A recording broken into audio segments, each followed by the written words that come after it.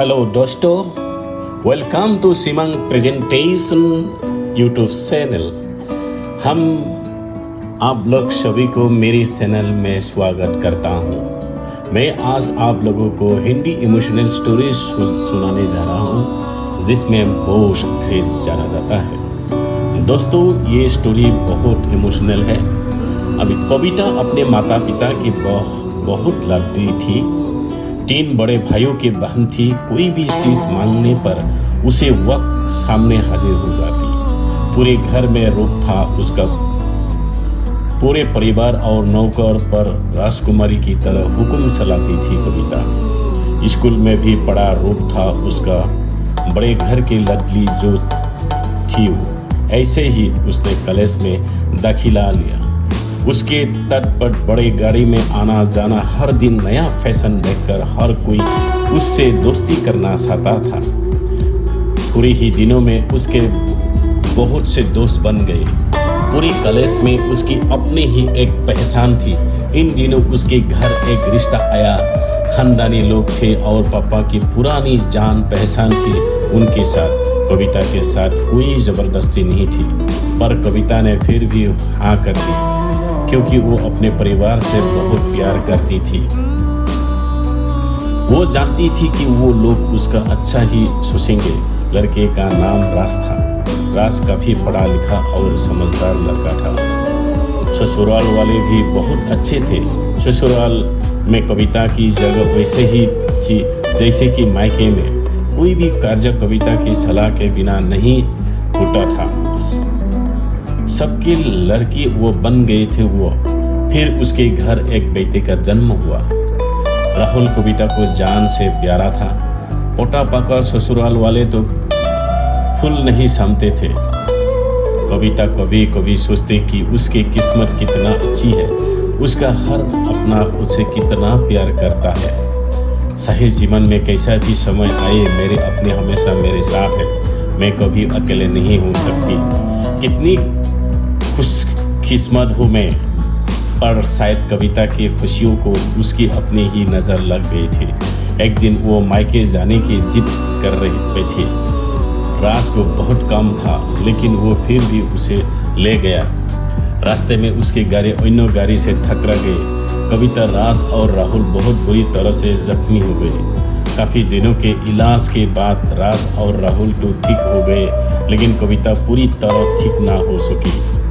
Sir पर चोट लगने के कारण वो अपनी आंखों की रोशनी खो बैठी। अब कविता की किस्मत जैसे उल्टे पान चलने लगी। मायके वाले कुछ दिनों तक उससे मिलने आते रहे, फिर अभी कभार फोन ही करके पूछ लेते कि आप कैसे हो। धीरे धीरे ये सिलसिला भी कम हो गया। ससुराल वालों की सहानुभूति भी कम होने लगी। घर में किसी को पास बैठने के लिए कहती तो जवाब मिलता, बहुत काम है, अब तुम भी हाथ नहीं बता सकती। राज भी सिरसिरा हो गया था। बस राहुल ही था उसके साथ, जिसके साथ हंसते खेलते उसका वक्त गुजरता। एक दिन कविता के हाथ से कुछ सामान गिर गया, जिसका वजह से राहुल को हल्की सी चोट लग गई। कविता के सास ससुर ने राहुल को उसके अलग कर दिया कि कहीं उसके ना देखने की वजह से बच्चे का कोई नुकसान ना हो जाए। कविता अंदर से टूट चुकी थी। एक दिन उसने सबके सामने मायके जाने की इच्छा रखती तो राज उसे तुरंत मायके छोड़ आया, जैसे कि वो भी यही चाहता था। लेकिन राहुल को उसका साथ नहीं भेजा गया। कविता कभी राहुल से दूर नहीं रही थी, पर अपने कमी के कारण उसने ज़्यादा बहस नहीं की। कविता को लगा कि वो 3-4 दिन वहाँ रहेंगे तो थोड़ा हुआ पानी बदल जाएगा, क्योंकि वो कितने दिनों से कहीं भी बाहर नहीं गए थे। घर वाले भी इतने दिनों बाद उसे देखकर कितने खुश होंगे। कविता के घर पहुँचने पर सब लोग बहुत खुश हुए। खाने में सब कुछ कविता की पसंद का ही बना था।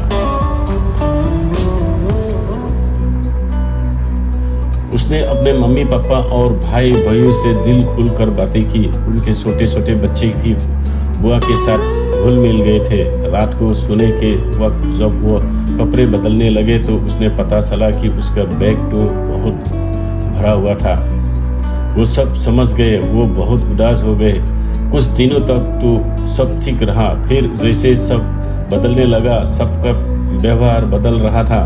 वो लोग जैसे थक चुके थे उससे, सब लोग घुमा फिरा कर पूछने लगे कि राज कब आ रहा है, उसे ले जाने। वो बहाना बना देती, जबकि वो जानती थी कि उस घर में अब उसके लिए कोई जगह नहीं।